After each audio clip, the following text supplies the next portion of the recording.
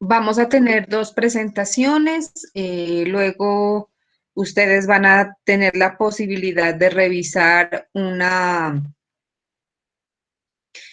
grabación, digamos, un video sobre los impactos familiares del conflicto, hablando en términos teóricos de los posibles daños, pero ya a nivel familiar. Entonces hablamos de traumas transgeneracionales, efectos en los roles y demás. Eso estará subido en un video de YouTube. De hecho, ya está en la plataforma, y las dos presentaciones del día de hoy también están en la plataforma. Las grabaciones, generalmente termina la clase, espero que se descarguen, yo las subo. Entonces, lo importante es que para la siguiente clase ustedes estén familiarizados y familiarizadas con el tema de los impactos transgeneracionales, de los traumas transgeneracionales. A eso le sumamos el daño, la perspectiva diferencial, y le sumamos enfoque de acción sin daño. Vamos a ir poquito a poco considerando todo este análisis en lo que son los casos desde la perspectiva de la intervención psicosocial, ¿sí?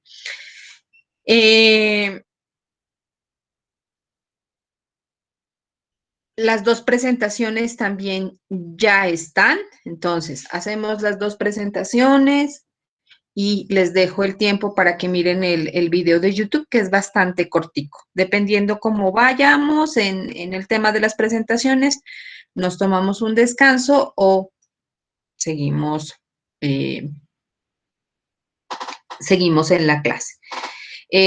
Para este corte vamos a tener 3 notas. Una que es la del foro que ustedes participaron, la segunda que es la de la wiki, y la tercera que sería una actividad que haríamos en la semana entrante.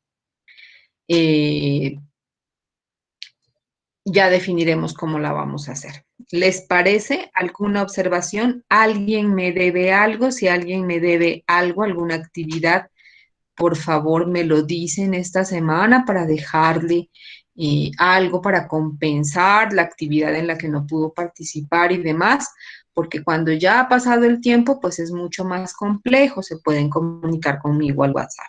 ¿Está entendido? Sí, señora. Profe, yo tengo una duda. ¿Usted puede regalarme las fechas de los cortes, por favor? Es que eso está un poco loco porque mantiene abierto, ¿sí? Pero en la primera semana de marzo creo que estamos terminando más o menos el primer corte. No tengo aquí mis apuntes, la verdad. Pero me recuerdas, Marlis, y yo te cuento para cuándo es el primer corte. ¿Alguien tiene alguna fecha que les hayan dado? Porque no tengo aquí mi apunte de las fechas. ¿No? Bueno, me recuerdas, Marlis. Yo te digo hasta cuándo está el primero. Listo. Es que con el tema de la virtualidad, el sistema está abierto durante todo el semestre. Entonces nosotros vamos manejando los cortes, pero el sistema está abierto durante todo el semestre. Listo. Vamos a presentar. Ustedes me confirman si están viendo mi pantalla.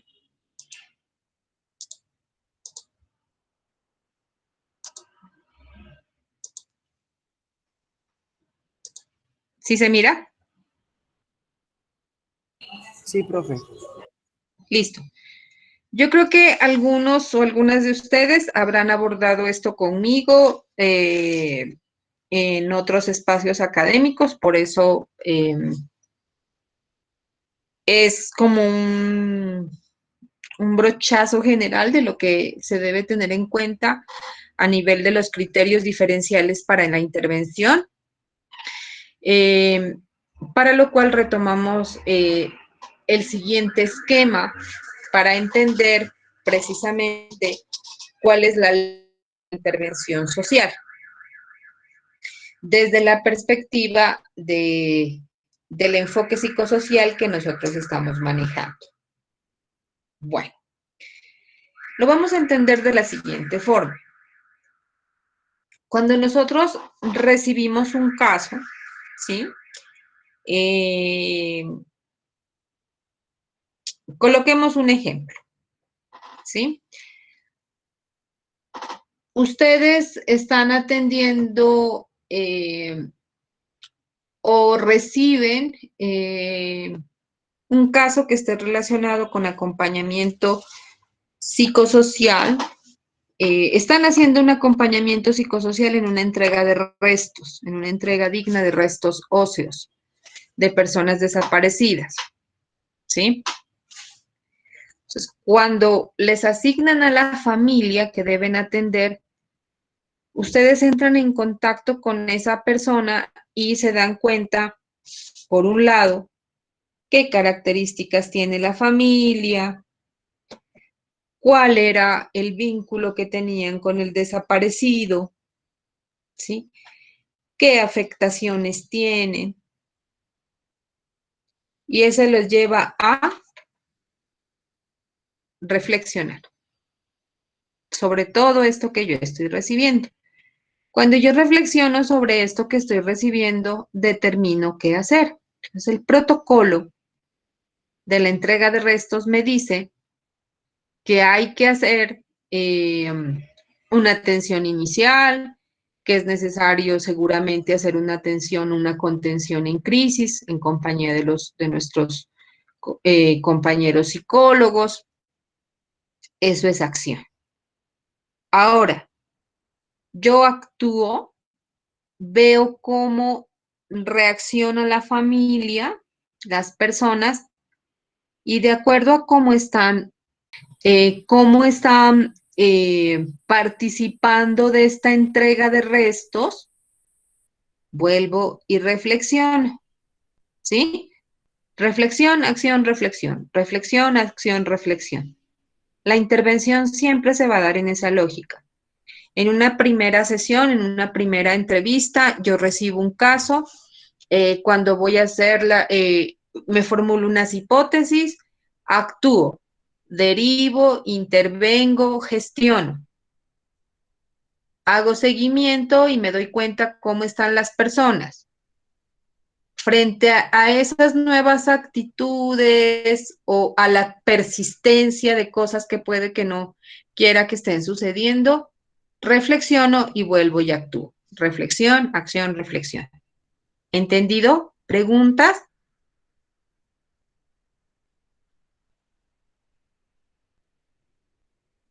Les coloco un ejemplo. Sí, profe, podría repetir el último que dijo, profe, porfa, es que pues se me entrecortaba mucho la señal. Bueno, les voy a colocar un ejemplo. ¿Sí? A ver, volvamos a la entrega digna de restos.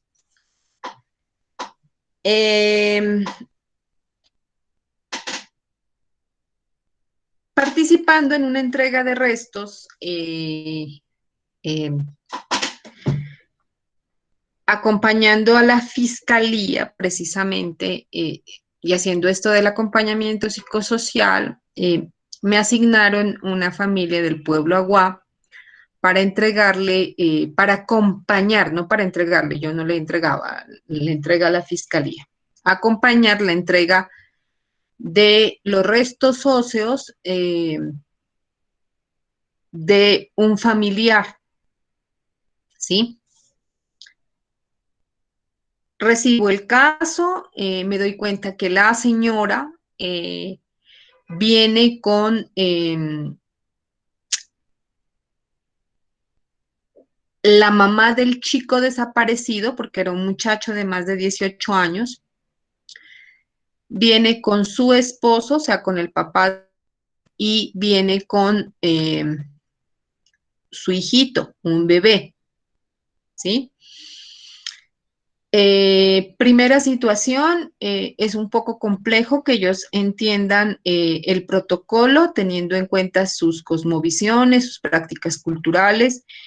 Y otra cosa que es importante tener en cuenta es que el protocolo no es pertinente para este tipo de población, entonces se decide hacer un ajuste, miren, reflexión, estoy recibiendo a una persona de un colectivo étnico, veo que el protocolo no es pertinente y actúo, hago ajustes al protocolo y lo manejo un poco desde las cosmovisiones particulares. Cuando estamos haciendo esta intervención,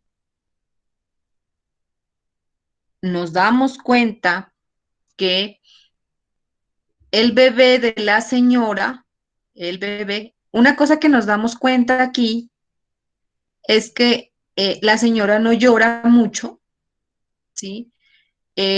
No tiene demostraciones de tristeza evidentes, ¿sí?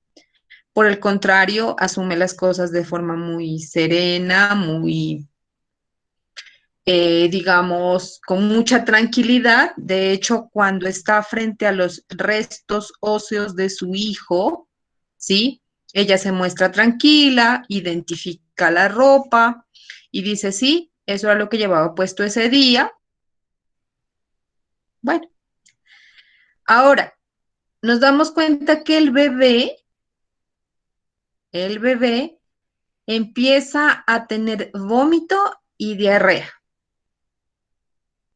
Es remitido al médico, se toman exámenes de urgencia, no hay parásitos, no hay ninguna otra situación, pero hay algo que hay que analizar. La señora lo está lactando al niño y eso tiene un contenido emocional, ¿cierto? ¿Qué puede estar pasando? ¿Quién me ayuda a entender esto? ¿Qué puede estar pasando y qué haríamos aquí? ¿Qué puede estar pasando con ese bebé y con esa percepción de la entrega de restos por parte de la mamá? ¿Qué puede estar pasando? Cuéntenme. Profe, pues no sé si vaya por el sentido en que yo lo pienso, pero pues se dice que la madre y el bebé pues crean un vínculo, una conexión muy fuerte, ¿no? Y sobre todo en el proceso de alimentación pues de la leche materna. Entonces, pues se podría decir que quien Se está recibió, entrecortando, ¿me escucha ahí, profe? pero por ahí es. Ajá, dale. Que pues quien recibió el impacto pues fue el bebé pues por ese vínculo, esa conexión que tiene con la mamá pues porque lo amamanta. Entonces, creo que pues no sé, de pronto es por ese lado. Sí, es por ese lado. Sí, es por ese lado. Miren, eh, no estábamos viendo manifestaciones evidentes de tristeza, pero la señora sí estaba sintiendo tristeza, estaba sintiendo dolor por todo lo que pasaba. Y esto estaba siendo transmitido al bebé a través de la leche materna, y eso no es que sea algo mágico ni que no tenga pruebas científicas. El vínculo que se establece es un vínculo bastante fuerte y de hecho estaba sucediendo eso. Eh, Se le tomaron exámenes incluso a la señora porque dijimos, bueno, de pronto los alimentos que está tomando aquí le pueden estar haciendo daño y no, no era eso. Entonces, ¿qué se hizo? Pues obviamente tener una atención más personalizada, permitiendo expresión de sentimientos, donde ella pueda expresar por un lado el dolor y por otro lado ir paulatinamente elaborando el duelo. ¿Ven? Reflexión, acción, reflexión.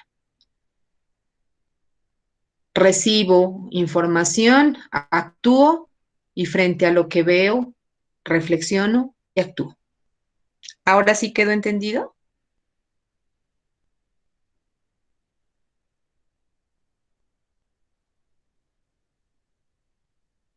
¿No Sí, quedó entendido? Profe, ¿cómo es que es? Recibo información, actúo. Eso, recibo información, reflexiono. ¿Qué le puede estar pasando a esta persona? Actúo. Miro qué pasa posterior a las actuaciones, a las determinaciones que yo tome. y vuelvo a reflexionar y vuelvo a actuar. ¿Sí? ¿Sí está entendido? ¿Quién quiere colocar un ejemplo y lo resolvemos? Que la profe no coloque los ejemplos, otra persona coloque los ejemplos. ¿Quién lo quiere hacer?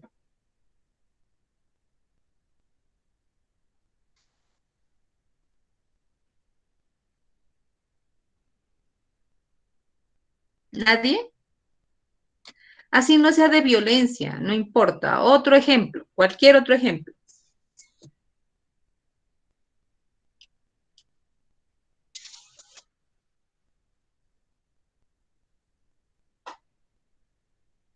Les vuelvo a colocar otro ejemplo. Es que no sé si me están entendiendo, si no me están entendiendo, si los estoy enredando más, porque no me responden.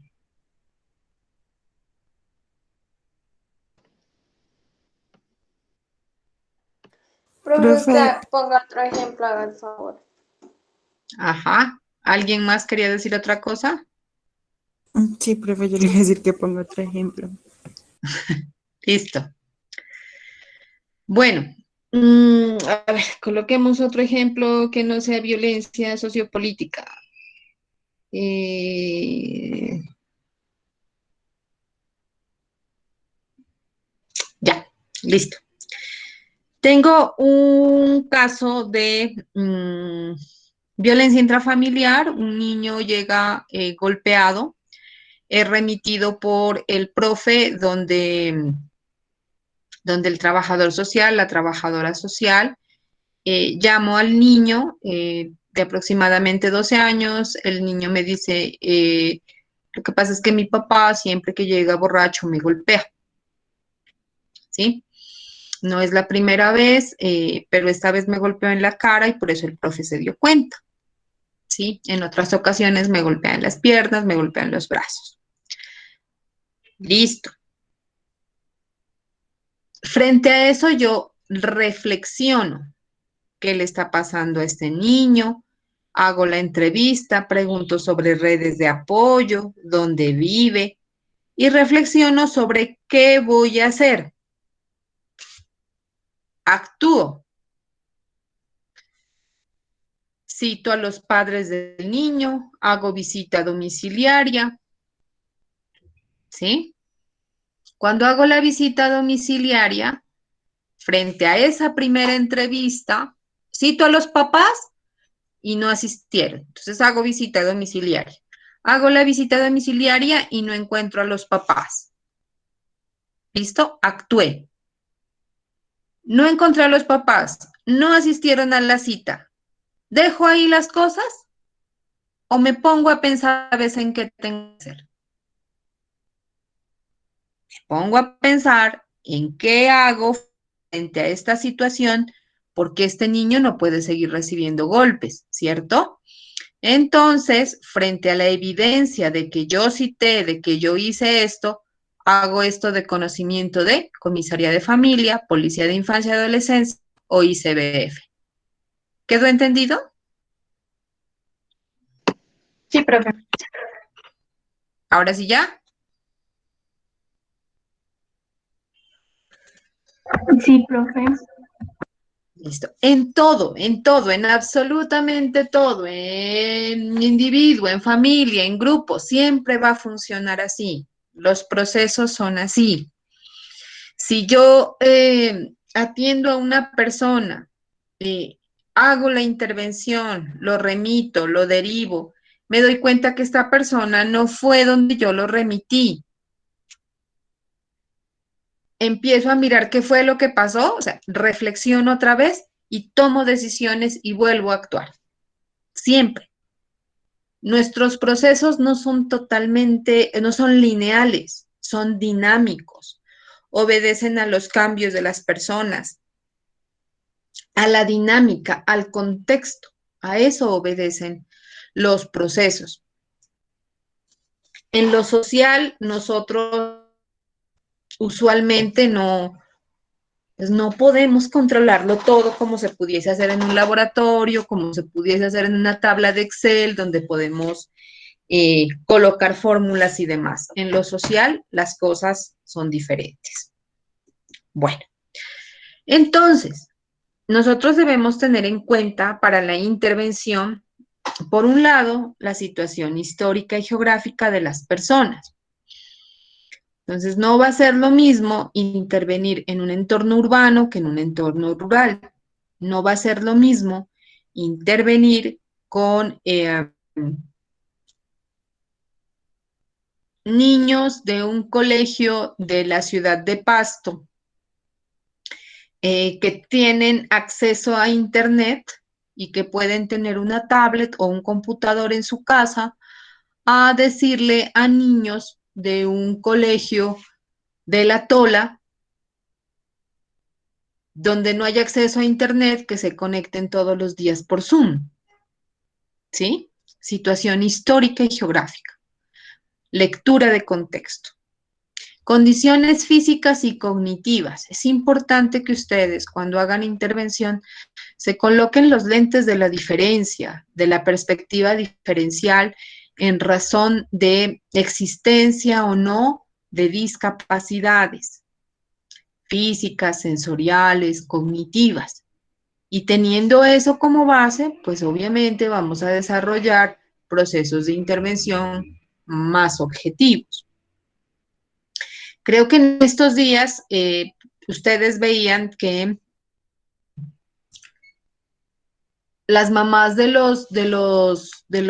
niños con dificultades auditivas solicitaban y diseñaban unos tapabocas con una ventanita. ¿Los vieron en televisión? Con una ventanita transparente, los tapabocas. Profe, yo no he visto. ¿No los han visto? Bueno, resulta que el tapabocas se convirtió para las personas con dificultades auditivas en una limitante y en un proceso de exclusión, porque muchas personas con dificultades auditivas leen los labios. Entonces, si yo tengo a mi profe o a un interlocutor que está tapado la boca, ¿será fácil entenderlo? Y si se quita el tapabocas, me coloco en riesgo de contagio, ¿cierto? Entonces, algunas mamás, cuando empezamos a salir de la cuarentena, empezaron a diseñar este tipo de tapabocas, como con una ventanita allí para que las personas que entren en contacto con estos chicos, estas chicas con dificultades auditivas tengan la posibilidad de ver los labios de la otra persona y poder leer, ¿sí? Eso es lectura del contexto.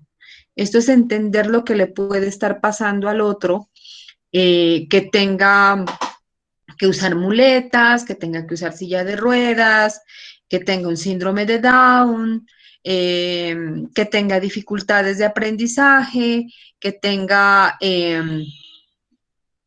que sus condiciones auditivas, visuales no sean similares a las mías. Y no vamos a hablar de problemas, vamos a hablar de condiciones, ¿sí?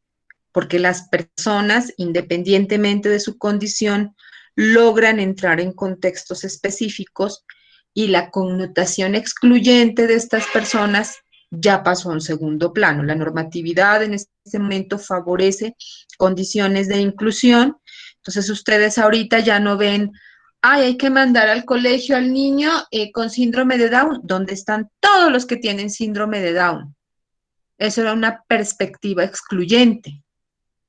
Ahorita ustedes ven colegios donde van niños y niñas con alguna condición cognitiva diferente, con niños, entre comillas, normales, ¿sí? Eso se llama inclusión. Entonces, cuando nosotros estamos atendiendo una situación particular y vamos a brindar acompañamiento, pues obviamente vamos a atender las condiciones específicas en razón de estas capacidades, que son diferentes. Otra situación importante a tener en cuenta es la identidad de género. Soy hombre, soy mujer, soy una persona intersexual, transexual. Las lecturas de estas condiciones específicas en razón de género y la forma como nosotros atendemos estas necesidades específicas.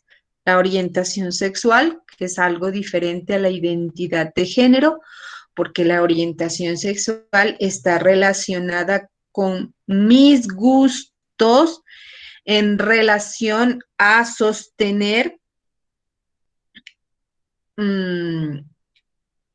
una relación, valga la redundancia, afectiva, amorosa con alguien de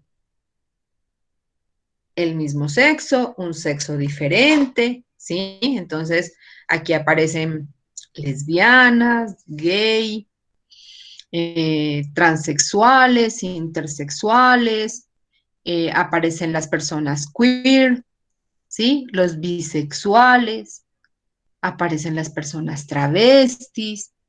También tengo que atender de una forma específica a estas personas, porque cada persona obviamente va a tener unas necesidades específicas. Entonces, a ver, como los noto un poco dormidos, dormidas, vamos a colocar un cajito y ustedes me ayudan a resolverlo, ¿sí? Resulta que alguna vez, estando en una mesa de género,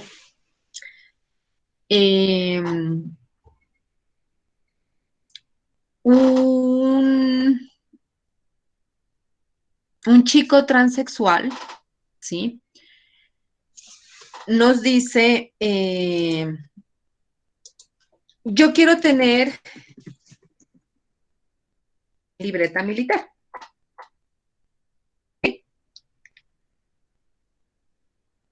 Una persona transexual es una persona que adquiere características de persona del sexo contrario, con tratamientos hormonales, porque, bueno, su cuerpo también tiene este tipo de características, entonces se hace algún tipo de tratamiento hormonal y demás, y se muestra como el otro sexo, ¿cierto? Entonces, un chico transexual dice, yo quiero obtener mi libreta militar. Y de hecho en Colombia eso ya, la normatividad respalda eso, no hay ningún problema, ese tipo de situaciones. Y esta persona nos dice también, hace un tiempo yo ya tenía mi cambio en la cédula, tenía un nombre de caballero, ya de hombre, ya no tenía mi nombre de mujer, en ese sentido mi identidad ya había cambiado, pero no había logrado hacerme todavía la cirugía para cambiar mis caracteres sexuales secundarios, ¿sí? Para hacerme entender, según la cédula era hombre, según sus características sexuales era mujer aún. En una de estas batidas que hace el ejército, porque así se denomina, ¿cierto? Coloquialmente, a esta persona se la llevan por no tener libreta militar. Y aparentemente le iban a llevar reclutado para que preste el servicio militar. Espero que participemos libremente o si no yo empiezo desde la lista a llamar. ¿Qué riesgo puede haber corrido una persona como esta en una guarnición militar? ¿Qué riesgo puede haber corrido? Profe, una violación. Ajá. ¿Quién más? ¿Quién más quiere agregar algo? Profe, yo creo Ajá. que no solamente eso, sino como el acoso, ¿no? En la parte psicológica por la transformación que ha sufrido esta persona. Ujú. Muy bien. ¿Alguien más? Profe, también se ve expuesta al bullying, creo yo. Exactamente, Laura Valentina, gracias. Sí, se puede ver expuesta expuesto, en este caso, a diferentes tipos de agresiones, desde la burla, la estigmatización, hasta el abuso sexual como tal, ¿sí? De hecho, en esa ocasión yo estaba acompañada por un mayor del ejército, que era mi jefe, yo trabajaba en el ejército, y él estaba sorprendido y me decía, yo juraba que era un hombre, ¿sí? Y fue esa reunión particularmente la que, en el caso del mayor, le llevó a entender precisamente que era necesario tener o considerar este tipo de perspectivas que están allí, que están amparadas por la ley y que no vale ningún juicio de tipo personal frente a esto, ¿sí? Sino lo que se debe tener en cuenta allí precisamente es la ética y el tema de la neutralidad al atender la necesidad del otro o de la otra persona. Entonces, si a mí me caen mal los gays, si a mí me caen mal las lesbianas, ay, qué miedo, a mí me han dicho que las lesbianas son súper miedosas y entonces, no, profe, ¿qué tal? Yo ir a atender a esas mujeres por allá y de pronto me toquen y este tipo de cosas. Miren, cuando uno va con respeto, la gente lo respeta, ¿sí? Y los imaginarios que nosotros tenemos alrededor de las personas generalmente deconstruyen lo que en realidad sucede en los contextos. Entonces es importante que vayamos con una mirada muy neutral, aprender mucho de esto, que es un tema supremamente interesante. Hasta el semestre pasado di enfoque diferencial y era una de las cosas que más me gustaba. Bueno, este semestre ya no dicto enfoque diferencial, pero es importante que ustedes también puedan leer el contexto desde esta perspectiva. ¿Listo? La pertenencia étnico-racial es importante, entonces no voy eh, a atender o a estandarizar intervenciones desde la lógica de mi perspectiva únicamente, sino que voy a entender los contextos en razón étnica.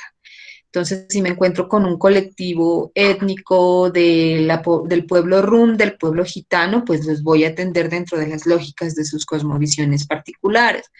Raizales, palenqueros, indígenas, afrodescendientes, y cada uno en su connotación específica del contexto, ¿sí? Quienes son de la costa y del piedemonte costero, ¿sí?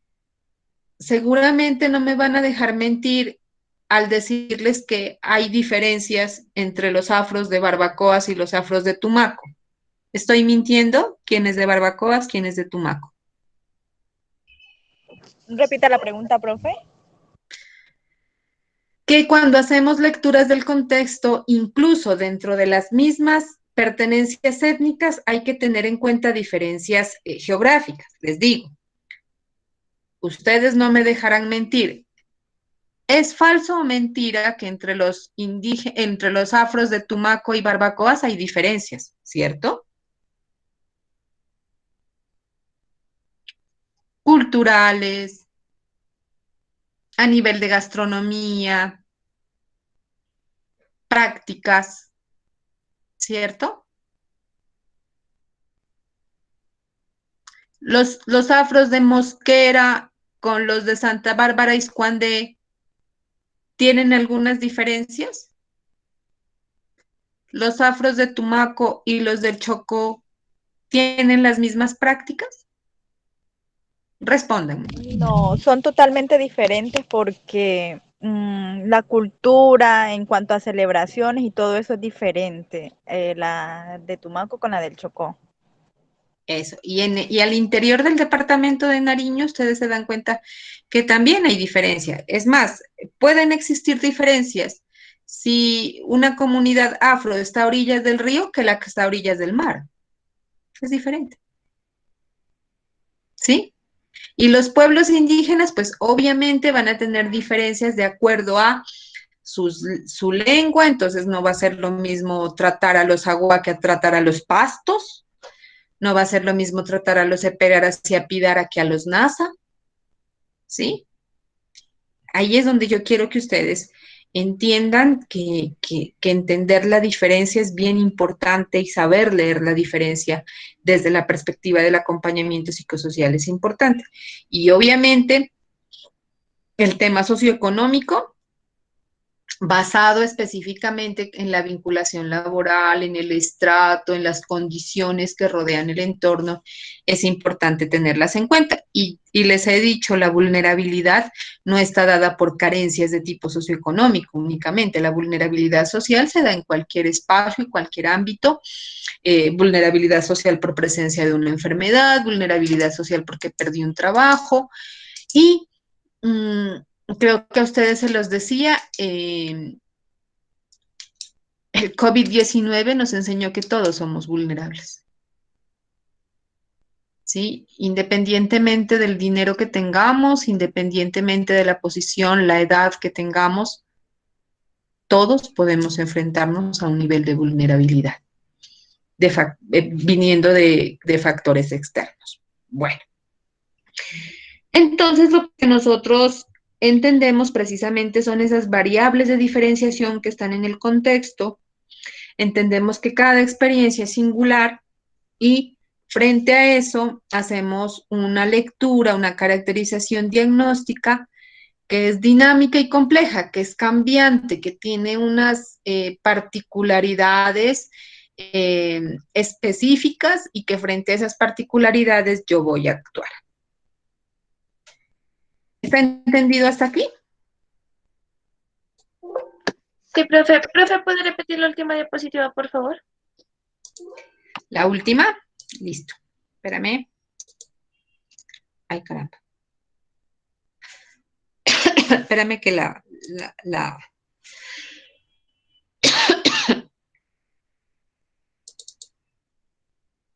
cerré. Esta. ¿Tienes preguntas? ¿La vuelvo a repetir?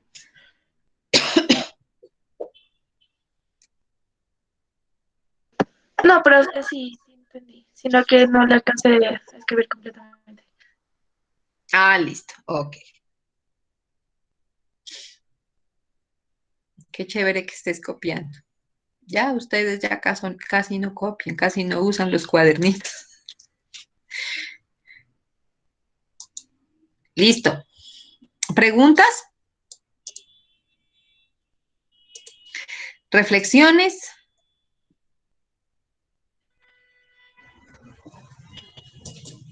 Hasta ahí vamos bien. Seguimos con la siguiente presentación.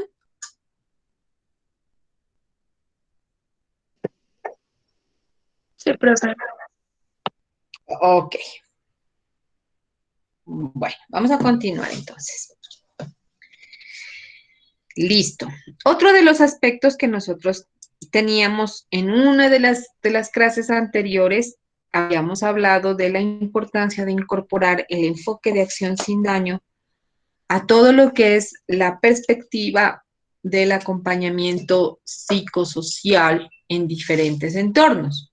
Violencia sociopolítica, desastres naturales y la intervención social en cualquiera de los métodos de trabajo social. ¿A qué les suena el enfoque de acción sin daño? ¿Qué querrá decir? Cuéntenme. Yo alguna vez les dije eso como en términos generales. ¿Qué será? Hacer intervención sin causar daño. O profe, si uno hace intervención, pues es obvio que no va a causar daño. ¿Quién me quiere decir? ¿Quién quiere contarme algo sobre lo que ustedes crean que puede ser el enfoque de acción sin daño?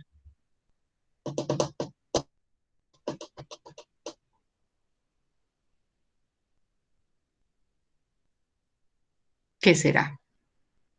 ¿Mm? O cuando nosotros intervenimos, definitivamente hacemos siempre el bien. ¿Será que cuando intervenimos podemos causar algún tipo de daño?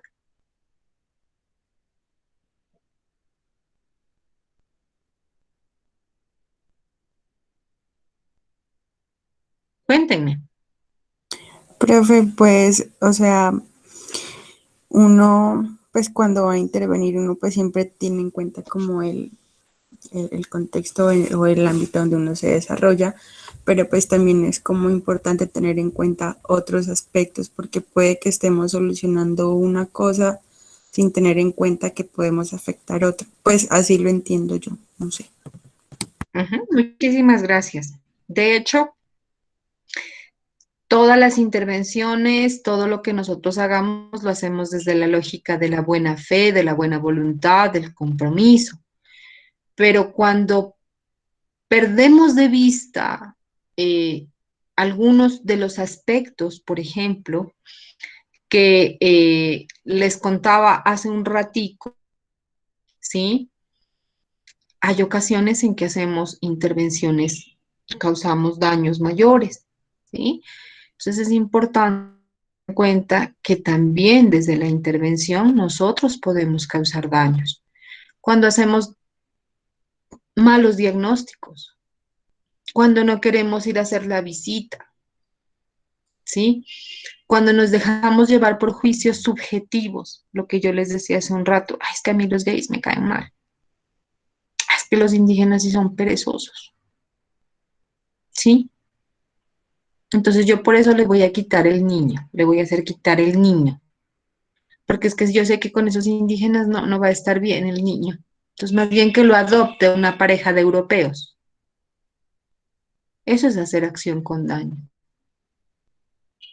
Entonces, ustedes deben pensar precisamente en que todas las acciones que desarrollemos, si bien sí o sí van a causar un impacto en la gente, el que yo entre a la vida de una persona ya va a generar un impacto, ya va a determinar que haya una influencia externa en esta situación particular. Entonces, que ese impacto sea a todas luces positivo y que lo negativo tratar de hacerlo mínimo, ¿sí? La acción sin daño es una corriente teórica. El do no harm surge en la década de los 90 de la mano de la señora Mary B. Anderson. Este enfoque parte de la premisa de que las organizaciones de cooperación, las agencias de desarrollo y la ayuda humanitaria, así como pueden contribuir a transformar positivamente situaciones de conflicto, mejorar condiciones de vida de personas vulnerables y ayudar a cerrar brechas sociales, también pueden generar daño, aumentando las tensiones, fragmentando más aún el tejido social o exacerbando los conflictos. Un ejemplo de lo que puede ser acción con daño, se lo decía en estos días a mi estudiante de práctica. Ella me hablaba de implementar, y no estoy hablando de víctimas del conflicto armado, miren, ella me decía, es que la alcaldía tomó la determinación de hacer talleres de prevención de sustancias psicoactivas, de prevención del consumo de sustancias psicoactivas en este colegio. Y la pregunta que yo le hacía era la siguiente, ¿existe evidencia de consumo de sustancias psicoactivas en ese colegio? ¿Qué evidencia tenemos nosotros de que exista un entorno de riesgo para el consumo de sustancias psicoactivas en ese colegio para entrar a hablar de, de drogas, de farmacodependencia, de consumo de alcohol y demás? Y ella me decía, pues profe, la verdad de evidencias no es que existan casos, eh, no se han identificado, la verdad. ¿Qué puede pasar allí? Si el diagnóstico me dice que no hay casos, que no hay... que no hay encuentro índices de consumo de sustancias psicoactivas, pero la administración municipal me dice, vaya allá e intervenga dictando talleres sobre prevención del consumo. ¿Qué puede pasar si yo les llego a hablar a unos niños de las sustancias psicoactivas si por allá nunca han oído hablar de eso? Cuéntenme, ¿qué puede pasar? Estoy hablando con adolescentes. Pues no sé, podría como provocar curiosidad y tal vez incentivar al consumo. Ajá, eso era Profe, lo que yo le... Ajá, dime. pues yo pienso que podría generar un impacto tanto negativo como positivo. Pienso que, Ajá, o sea, que positivo, porque, o sea, se les da a conocer a unos niños, o sea, de lo malo que podrían llegar a ser estas sustancias y a dónde los podría llevar ujú, estas cosas. O sea, sería como cuidar el desarrollo de más adelante en sus vidas, porque no es una mentira que todo mundo debe saber, o sea, de estas sustancias y se podría decir el respeto que tendríamos que tener hacia ellas, porque sabemos lo que atraen, pienso yo.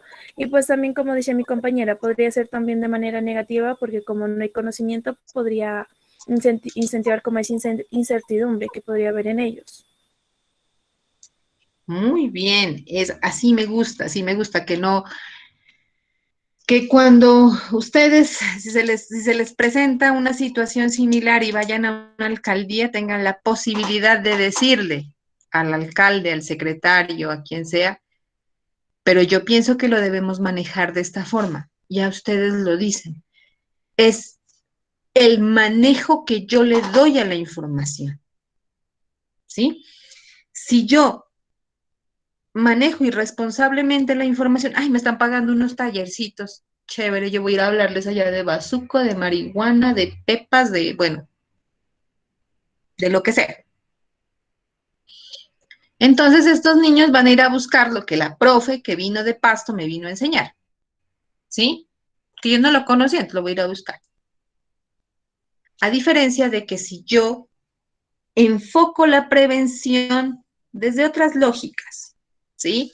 Los encarrilo por otro lado. Y cuando lleguemos a un determinado punto de hablar de proyecto de vida, de hablar de curiosidad, de hablar de otras cosas, les digo, pueden existir estos riesgos y frente a estos riesgos tenemos que estar preparados de otra forma, ¿sí?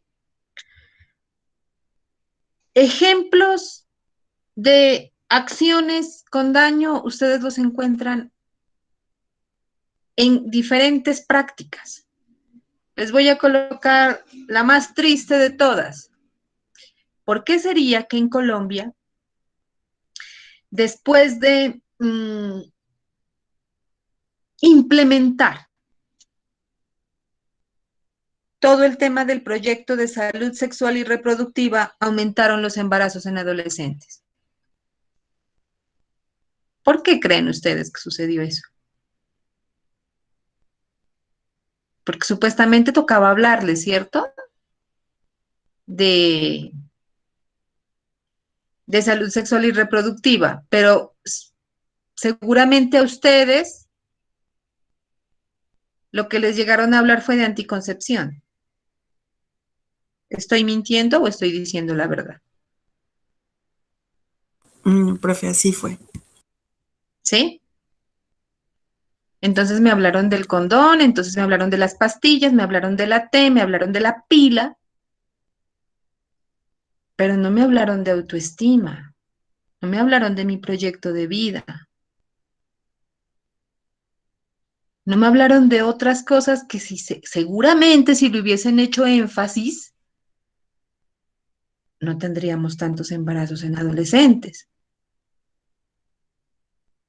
pero me vendieron otra cosa.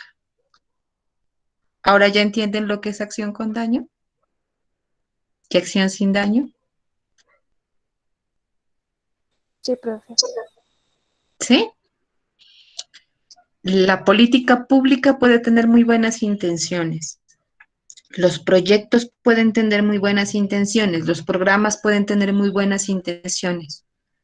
La forma como llegan a la gente es lo que ustedes deben tratar de llevar con el mínimo impacto, ¿sí?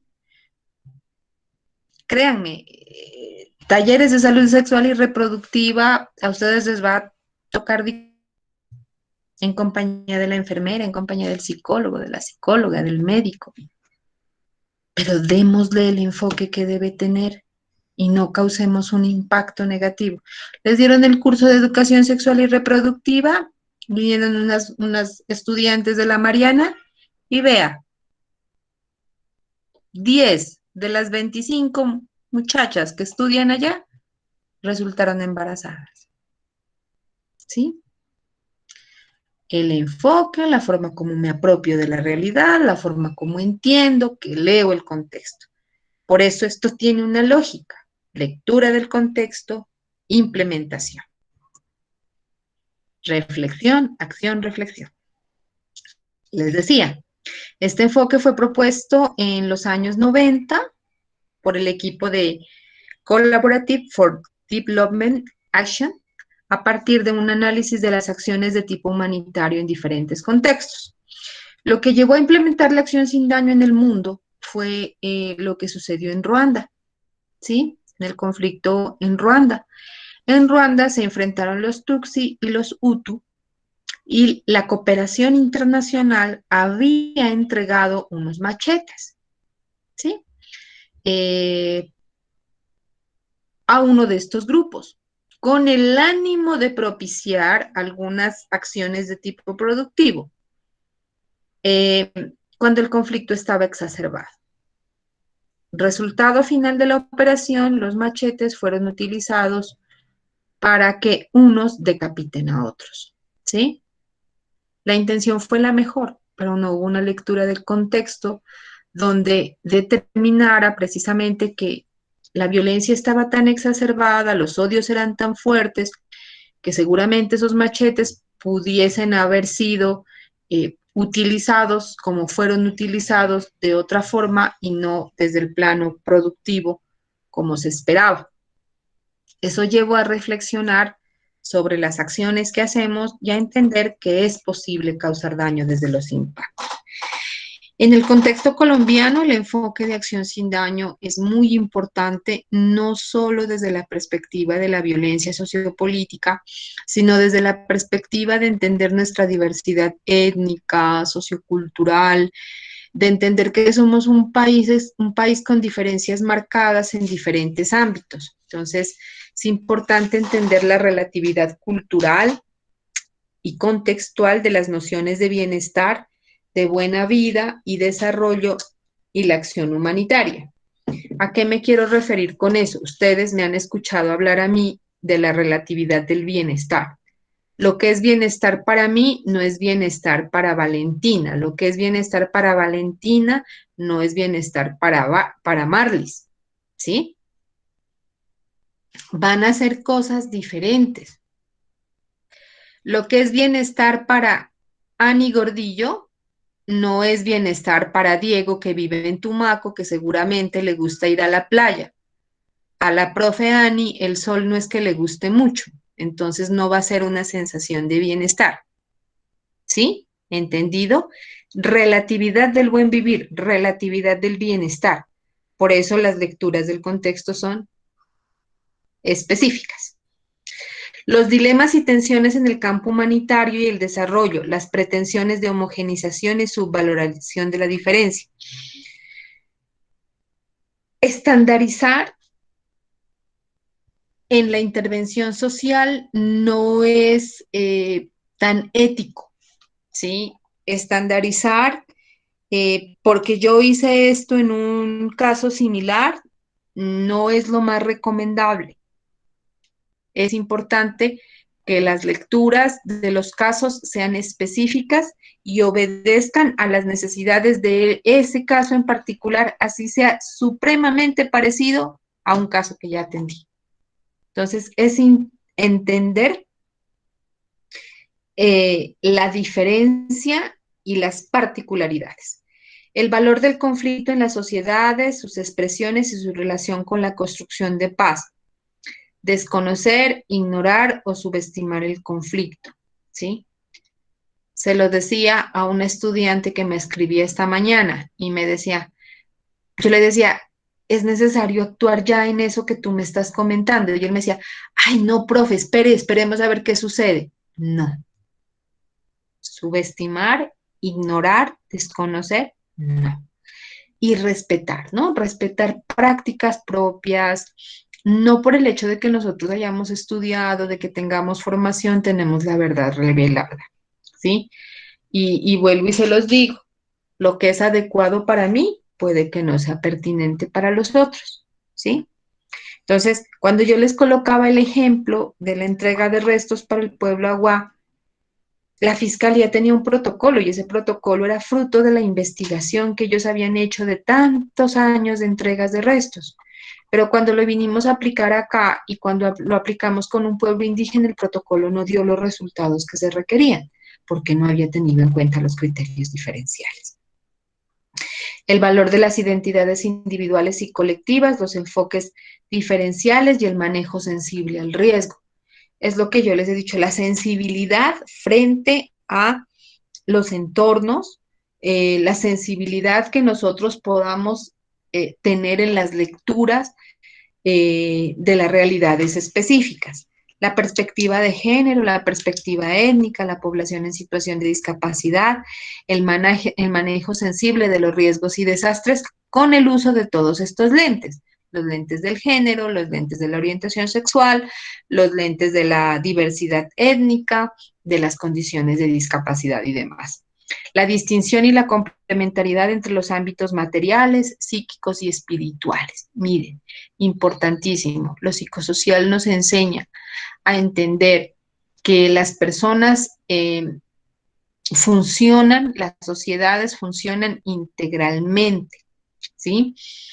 Y que la provisión de bienes materiales debe ir también en la lógica de brindar acompañamiento que mejore las condiciones emocionales, pero que también tenga en cuenta lo que pueden ser esas alternativas, esas formas de sanación propias basadas en la espiritualidad, en la que creen, en la que creemos las personas. Entonces es válido pensar en que una persona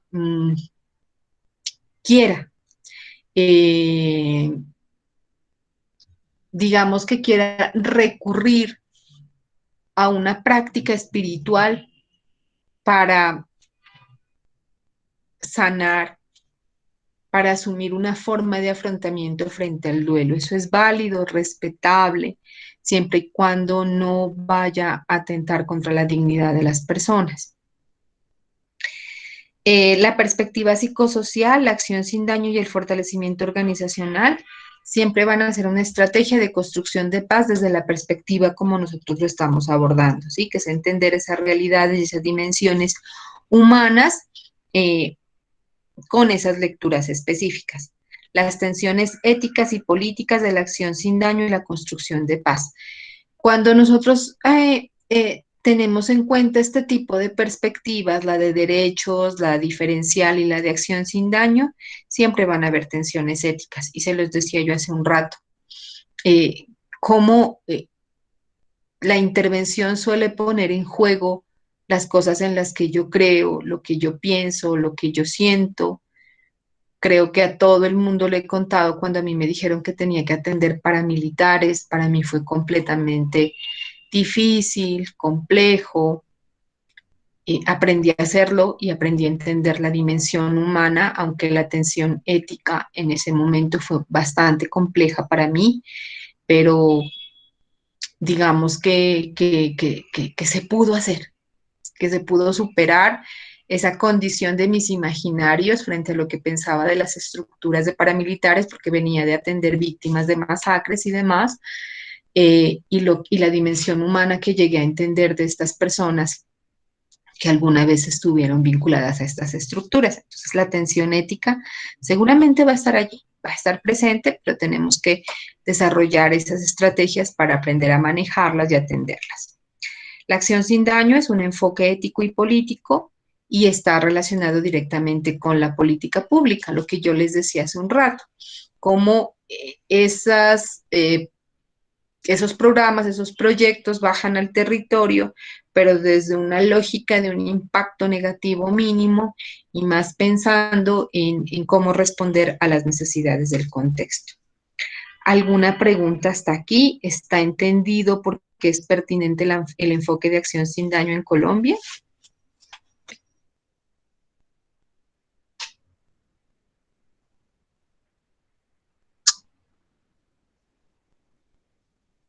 Chicos, chicas, les escucho.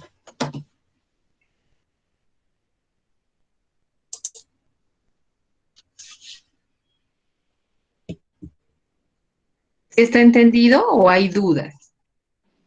Sí, profe, se ha entendido. ¿Sí? ¿Me quieren contar una cosita? Aquí entre nos, aquí entre ustedes y yo. ¿Qué les preocupa? ¿Tienen algún trabajo que entregar? ¿Alguna cosa así que les esté superando en este momento? Tenemos que entregar el trabajo de yo no sé qué cosa y no lo hemos terminado. Y con un oído estamos aquí, pero por otro lado estoy haciendo el trabajo. Cuéntenme, que a mí me gusta preguntarles eso porque es que lo siento más callado que de costumbre, la verdad. ¿Hay algo que les esté preocupando? ¿Algo que tengan que entregar, que hacer? No sé. Se me ocurre que puede ser eso. ¿No? Profe, pues la verdad esta semana no es que haya así saturación de entregas, pues sí creo que hay como una actividad, pero creo que pues hay como el plazo pues considerable para poder entregar, igual pues en otra asignatura, no sé, tal vez estamos dispersos, no sé por qué, pero pues las últimas semanas sí hemos tenido así bastantes entregas, las 2 últimas semanas sí hemos estado así como con mucho trabajo.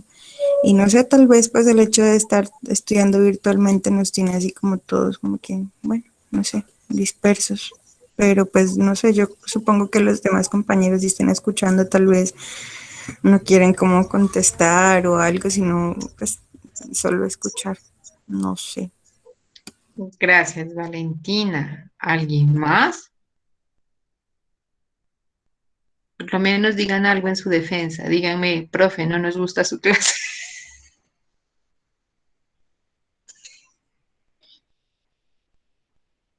No, profe, ¿cómo va a decir eso? Es que me preocupa que se queden calladitos. Bueno, igual ya vamos a terminar la presentación y van a mirar la grabación. ¿Listo? Bueno, vamos a continuar entonces.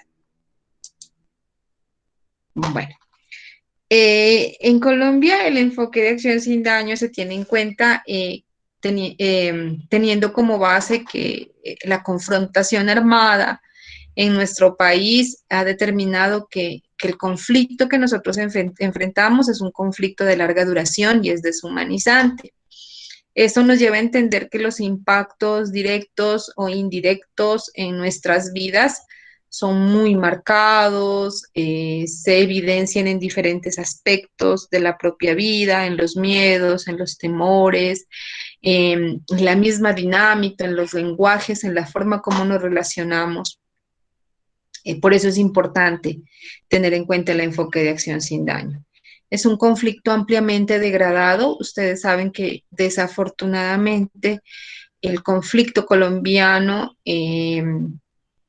entrando específicamente en el ámbito de la atención de los impactos psicosociales que tenemos que abordar, nos va a llevar a entender que hay niños, niñas utilizados, eh, que ha habido secuestro, que ha habido infracciones al derecho nacional humanitario, desde la tortura, que ha habido abuso sexual, que ha habido utilización de artefactos explosivos, donde fácilmente los grupos armados pueden eh, colocarle a un cilindro bomba, clavos, y que los cabos y demás tengan, y perdónenme lo grotesco que puede sonar esto, pero es lo que ha sucedido en la realidad, que el contenido de los clavos, de lo que lleva por dentro un cilindro bomba también tenga materia fecal humana,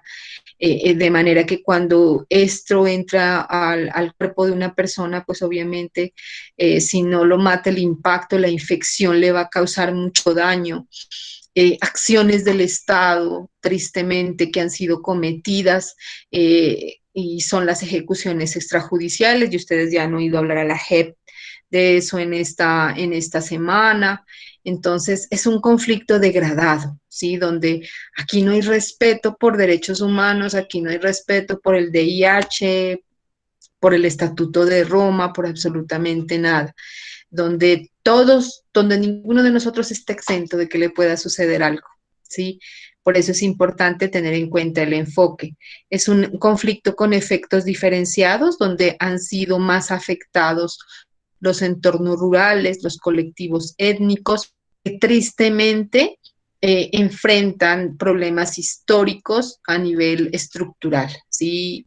Niveles de acceso a educación muy bajos, baja conectividad a través de vías, acceso a salud también deficiente.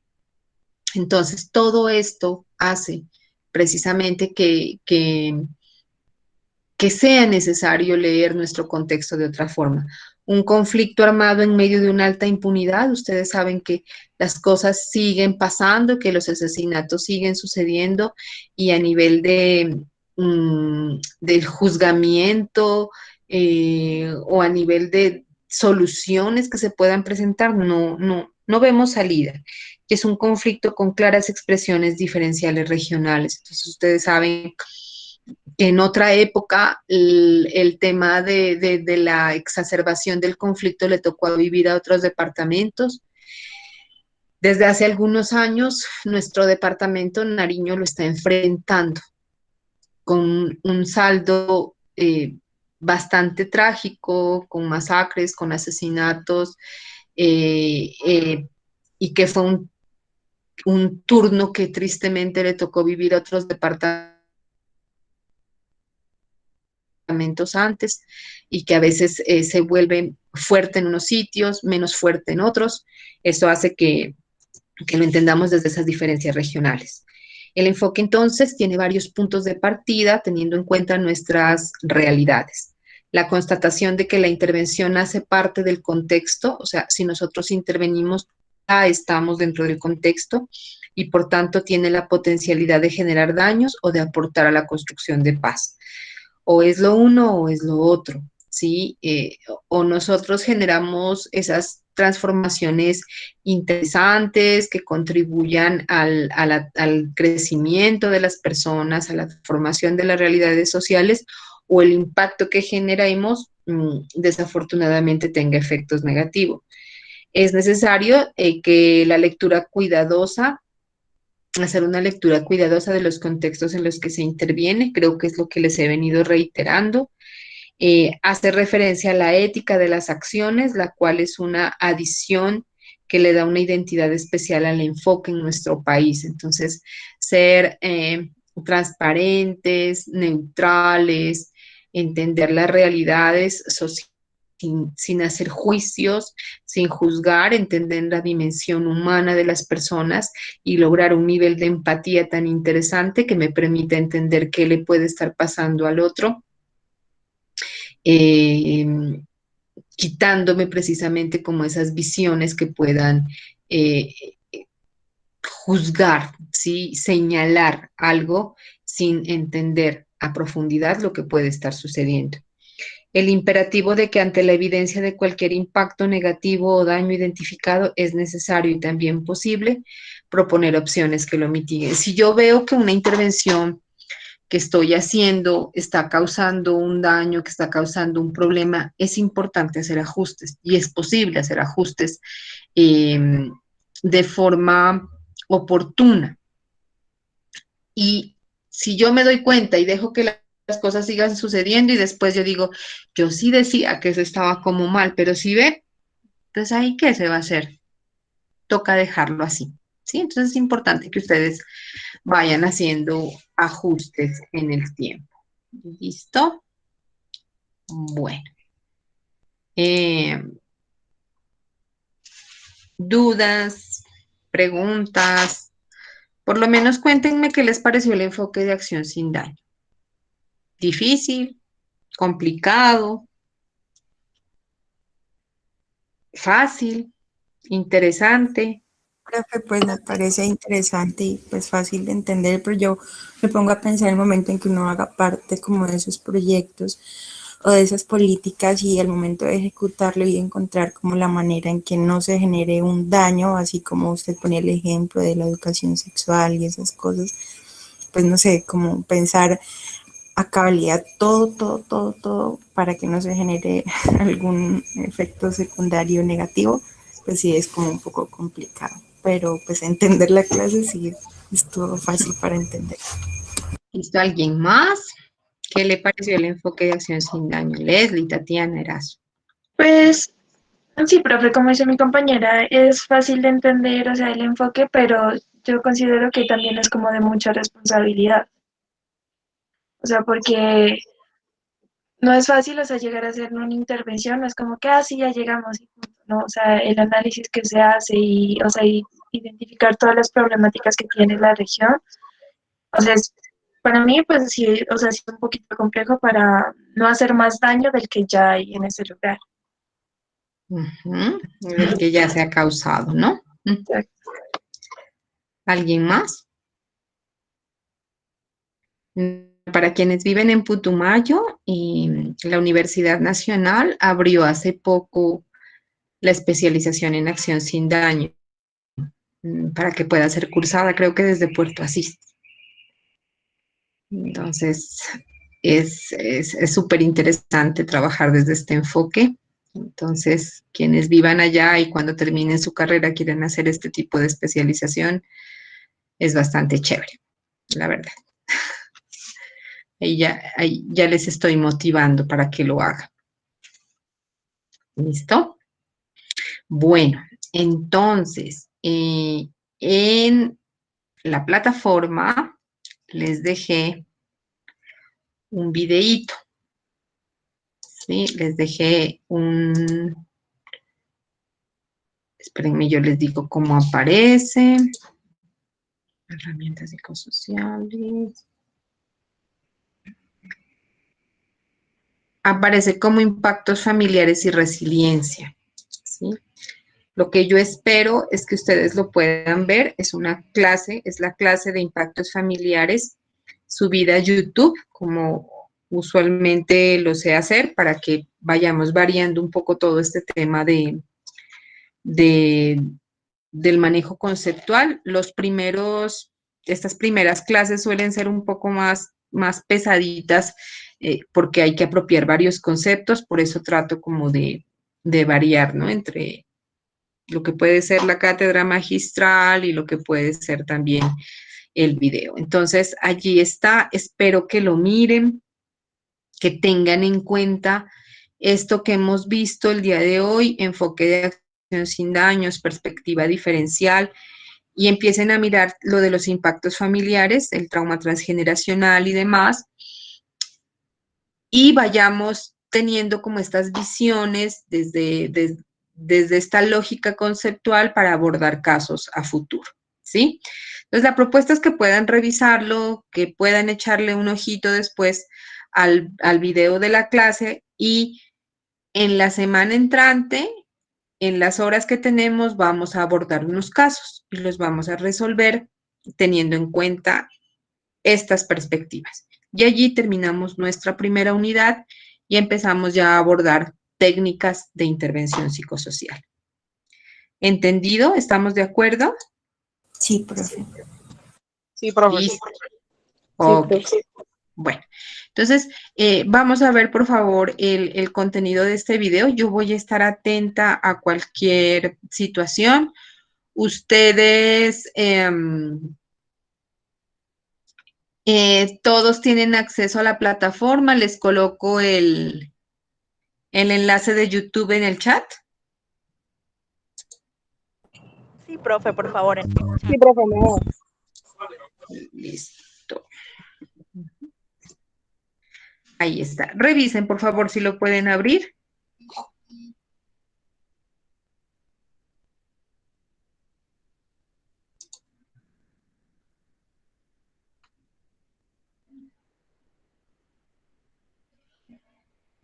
Sí, profe, sí se lo puede ver. Ok. Listo. Ok, bueno, entonces yo creo que al principio se demora un poquito en arrancar el audio, pero espero que lo puedan revisar y que puedan ir uniendo todo esto al análisis del contexto y al análisis de casos que vamos a hacer en la semana entrante. Bueno, entonces espero que en la semana entrante estén un poquito más activos, más activas. Vamos a hacer ese análisis de casos. La propuesta es que hagamos un diálogo. Yo siempre les coloco ejemplos, pero no, de verdad que no me gusta sentirlos tan calladitos. ¿Listo? Bueno, entonces les mando un abrazo, miren el video y nos encontramos el lunes. Y ya en estos días ya les voy subiendo sus notas.